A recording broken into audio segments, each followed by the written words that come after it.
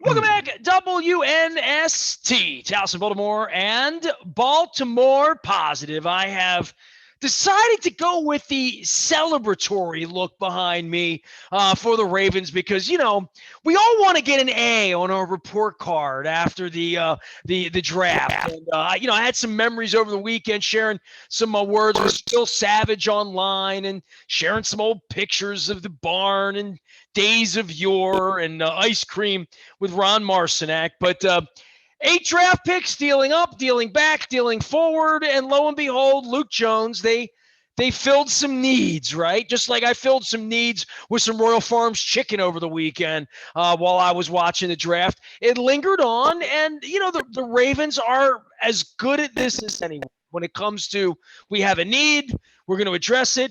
If you don't see them address it in the draft, you know what they thought of the draft? They thought we're better off getting a free agent, and that's what they're going to do at right tackle, right?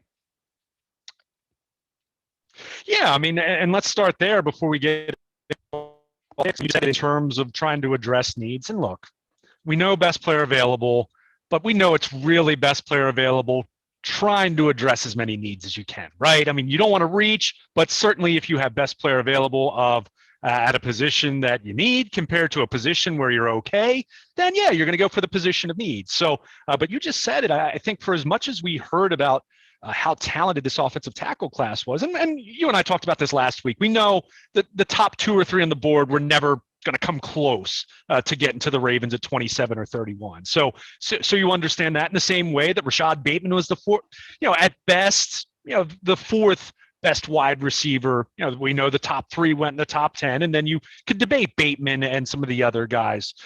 But I think when it really came down to it, as much as guys like you and me and the Mel Kipers and the Todd McShays and the Matt Millers and, go through the list of all the different draft pundits, we talked about Tevin Jenkins and some guys like that, but round Rashad Bateman and Odafe Owe higher on their board. And those are both positions of need as well. So when you're in a position where you pick 27th and 31st, and then you're not picking again until the end of the 3rd round at 94th, it's going to be tough to grab that next tier of offensive tackle and feel good about that as far as someone that can come in and start right away. Yeah, you could take a developmental guy, but is he going to be ready to be Orlando Brown come week 1 and be a starter? Probably not. I mean, Orlando Brown didn't start till halfway through his rookie year as a 3rd rounder, and a guy who, remember, was kind of have a 1st round thought until the combine. So you never know how it's going to play out. You never know exactly how each team is going to stack their board. We know the Ravens in the past have valued certain players that have very highly, and it didn't work out. And other times the Ravens grab a player and you kind of wonder and you say, oh, where'd that come from? The pundits were talking about him, and then you see, it makes sense 2-3 years later. So I think by and large, you look at this draft, I think you love the combination of their other needs being addressed other than right tackle and, maybe defensive line, but that's not shocking because this wasn't considered a good defensive tackle class whatsoever. But they addressed other needs, and I think they also got some intriguing upside guys. I mean, we've talked a lot about Owe. We'll continue to talk a lot about Owe because of how important he's going to be for their edge rush, pass rush, outside linebacker situation. But you look at some of the guys that they got on day 2 and day 3. I mean, I mentioned Brandon Stevens. That one was kind of out of left field. He was someone that was not all that highly touted, and the Ravens take him at the end of the 3rd round. We'll see. I'm not going to sit here and say that I get that one exactly now, but they clearly see some upside, some developmental potential in him. You look at what they got in Shaun Wade, Ohio State, a guy who, if he doesn't play football in 2020 for the Buckeyes, I don't think he would have been a 1st round pick like some people said, but he's probably a day 2 guy and had a bad year playing on the outside, but he's a guy who has proven himself as a nickel corner. The Ravens have Tavon Young, who hasn't been able to stay on the field. Shaun Wade could be their slot corner by this time next year. So I think you look at some of the needs, immediate needs that guys you point to that have a great chance to come in and play meaningful snaps in 2021. But I think they also got some interesting guys that probably aren't going to do a whole lot this year. But I think you look at some of their positional needs 2022 and beyond, and the salary cap and contractual situations. And you want that combination. You don't want to just have a checklist of needs, check, check, check, check, but you're not getting the right value. You're not getting enough upside. On the flip side, yeah, you want to draft some players that are going to help you right away when you're a team that's competing for a Super Bowl. So when you kind of look at the whole, the draft in its totality, the 8 picks they made in the first 5 rounds, that was great, by the way. 5 rounds and then done, rather than waiting to the very end.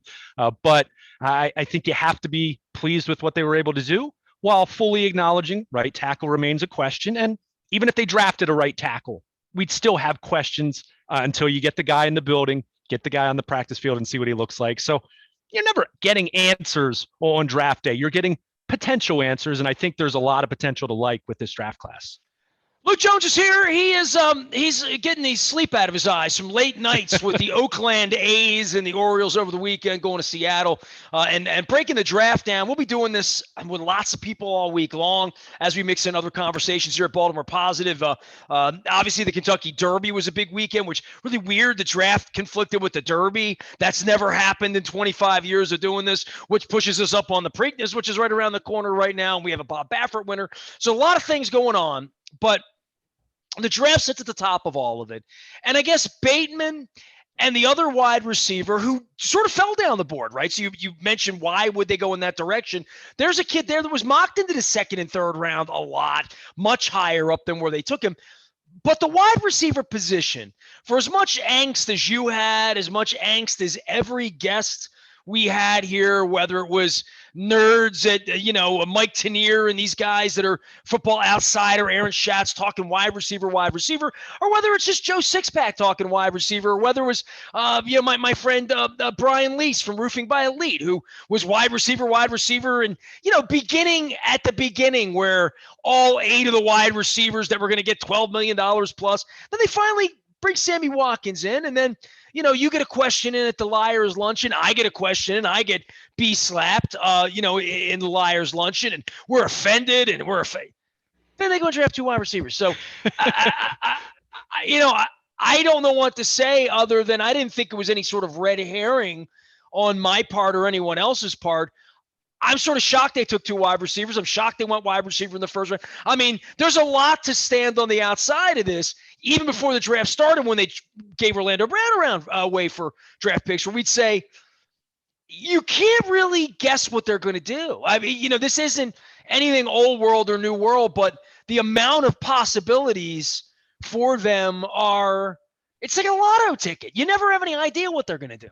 Sure. Well, and that's what makes the draft fun anyway. I mean, for all 32 teams, you don't know if you're going to draft the next Tom Brady or, you're going to draft the next Mike Mamula, I mean, or your draft room's going to have like a camera in there that's going to make it look like you drafted the last Mike Mamula. Sure. Yeah. I mean, it's funny to see the reactions of these different war rooms. And look, I mean, the Ravens, typically you see them, they're having fun, they're laughing, they're smiling. And then some other ones like New England, they draft their, Mac Jones falls in their lap. I mean, like, good for them. Like, they didn't even have to move up for him. And yet it looked like they're getting ready to go to a funeral. It's funny to see the different dynamics in each war room. But to go back to what you said, the wide receiver thing, look, I think no matter how bullish you were about it, how concerned, how much angst, how flippant, how not concerned some people, how unconcerned some people were about it, and saying, well, this team runs the ball, they don't want to throw the ball. I think I wasn't surprised by Bateman, and I think it was good value, and I think there's a strong argument to be made. He was the 4th best wide receiver in this draft class once you get beyond those 3 that went in the top 10. But I think Eric DeCosta said it, and you made mention about the insulted comment. Remember, it's the Liars Luncheon. Maybe a reminder of, let's not exactly be losing sleep getting excited for that one based on how this played out. But he talked about Tylan Wallace, and he flat out said it. And I think he absolutely was telling a very sincere truth here.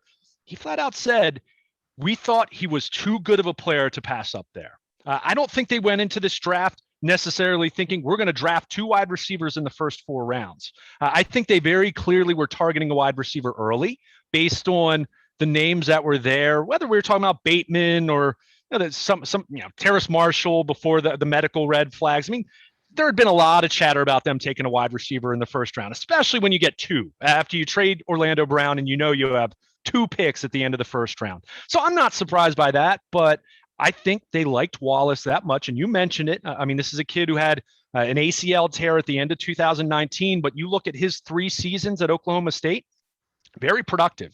And I'm not going to lie and say that I've watched a ton of him during his collegiate career, but he has a reputation for being a little chippy, plays with a little edge.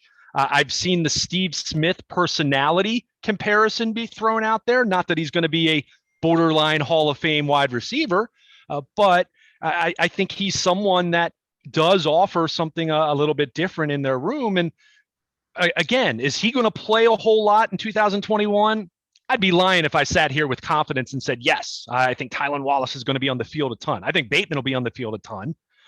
But I do think you look at the fact that Sammy Watkins, 1-year deal. We'll see if he stays healthy. Does he have some kind of renaissance in Baltimore, or much of the same as in Kansas City and he moves on? He moves on. Someone like Wallace steps right in. Keep in mind, Marquise Brown is not that terribly far away from the end of his rookie contract. And when you're paying your quarterback well over $100 million, like the Ravens are going to be doing at some point in the near future, you've got to decide. It might come down to Mark Andrews. Breaking those kids up would be like breaking up Scope and Machado. You know what I mean? I hear you, but you have to make these decisions, though. I mean, hey, let's face it. This is the organization that threw Anquan Bolden away for a lottery ticket at the end of the 2013 draft, and he won you something. I mean, Marquise Brown has played well in 3 playoff games, but they haven't won anything with him.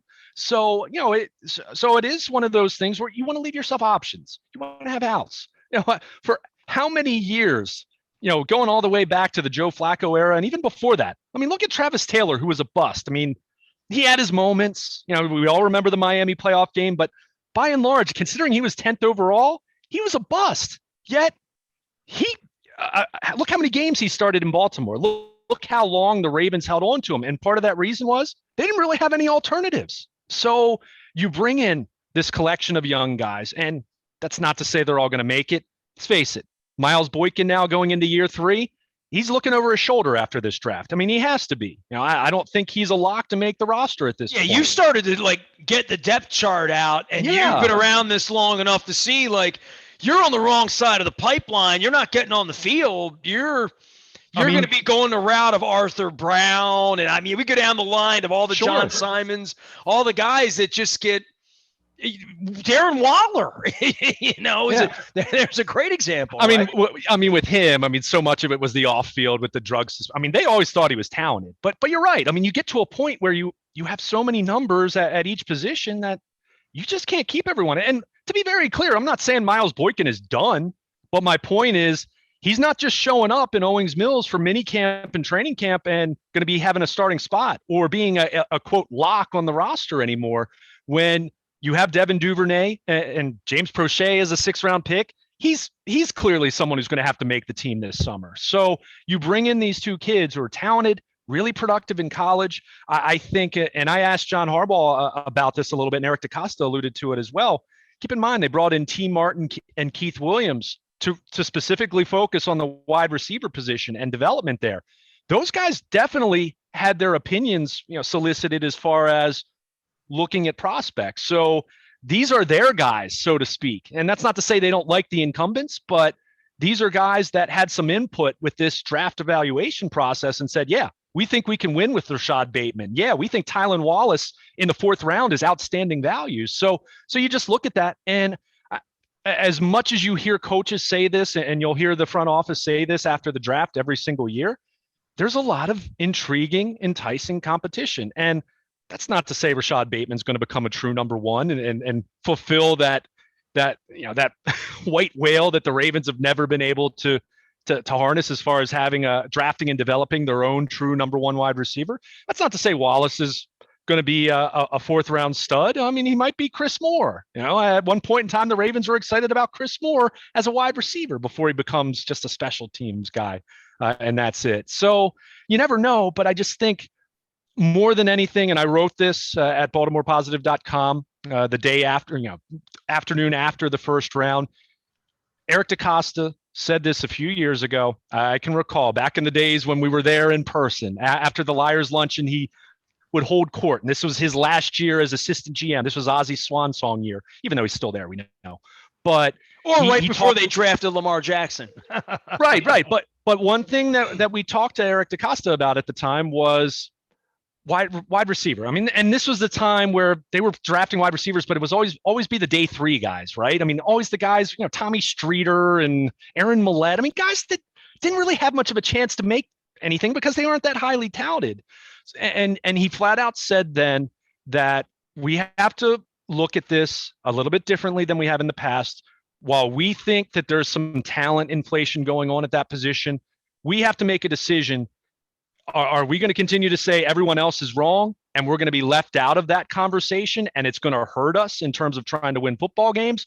Or do we need to look at ourselves in the same way that we would all agree quarterback value tends to be inflated? Why? Because it's the most important position by far. Nothing else compares. So yeah, quarterbacks get overdrafted because it's so important. So I think with Eric DaCosta acknowledging that 3 years ago at this point in time, and now seeing what they've done, 2019, first round, Marquise Brown, third round, Miles Boykin, last year, third round, Devin Duvernay, sixth round, James Prochet, okay, day three, whatever. And now this year, first round pick, wide receivers twice in the last 3 years, knowing that they would sometimes go a decade without, or sometimes longer than that, in drafting a first round wide receiver. And then they come around and they see such great value with Tylan Wallace. They say, hey, we got to take another one. So what is he doing? Which he acknowledged 3 years ago, taking more swings at the wide receiver position. And let's face it, I think we have 3 free agent periods now to look at what this offense is and how that relates to veteran wide receivers. And looking at it from there. So this goes back, let's go back. Let's throw back to the days of Andy McPhail, grow the arms, buy the bats. Well, you can't necessarily buy the wide receivers unless you're going to overpay an ungodly amount, which you're getting into how much of it is the juice worth the squeeze there, knowing that they're not going to throw the ball 45 times a game.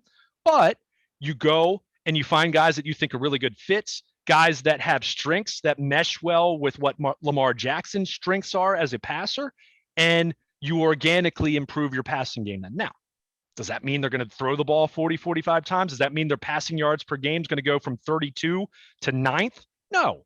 But if it elevates their yards per attempt, if it elevates their efficiency, if it gets Lamar Jackson back to a point where he's vying for the league lead in touchdown passes like he led the league 2 years ago, then couple that with a running game that should continue to be the best. If it gives them one more possession in the fourth quarter, it takes 3.5 minutes off the clock and wins them a football game because they can convert a 3rd and 11 because somebody held on the last play and somebody tripped and they got in a bad D&D. And instead of saying, Sam, come on, let's go play defense against Josh Allen or whomever it would be, Baker Mayfield, Joe Burrow, whoever it's going to be, let's give them the ball back. Let's convert a 3rd, take the ball, take the air back out, run it, and get out of here. Get on a plane.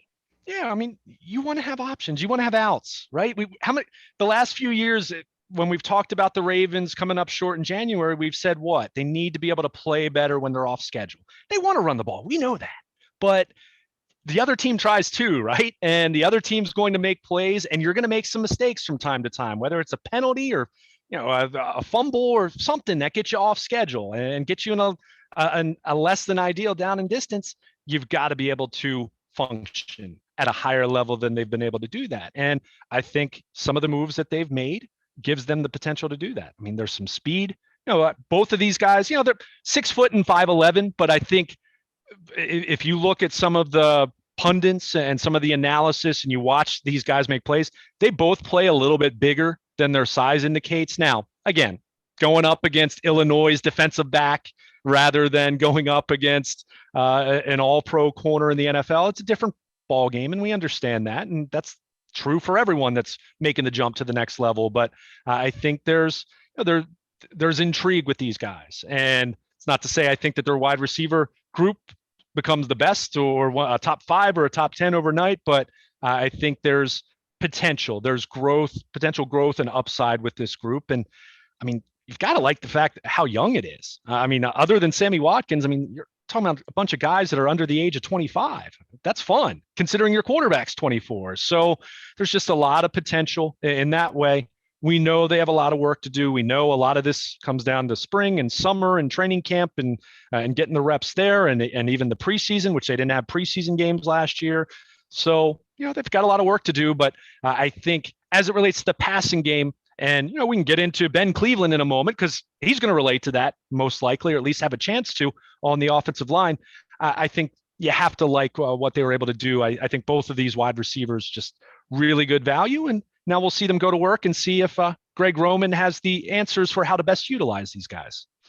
He is Luke Jones. He's Baltimore Luke, and Luke at WNST.net. All of our WNST intelligent conversations brought to you by our friends at Wise Markets. We're eating better, we're spending less, and picked up some salad over the weekend. Always enjoying those organic blueberries and strawberries and raspberries. We got Mother's Day coming up this week as well. So make sure you're out there making the wise choice. And you can get those groceries delivered or curbside them at Wise to Go. I did it myself. My dark chocolate order will never be the same in my Rofo coffee in the mornings. Luke can be found anywhere that baseball or football is treading. I'm doing a lot of Preakness stuff this week. I also want to give a shout out to my friend Victor Brick and Lynn Brick, who are doing an event on May the 21st. I'll be telling you more about with our friends at Planet Fitness as well. We're not going to stop this football conversation. We're going to continue going through the players, the situations, the edge rusher, the offensive line, the safety from Ohio State, all of that and more. We are WNST.net, AM 1570, Towson, Baltimore, and we never stop talking Baltimore positive.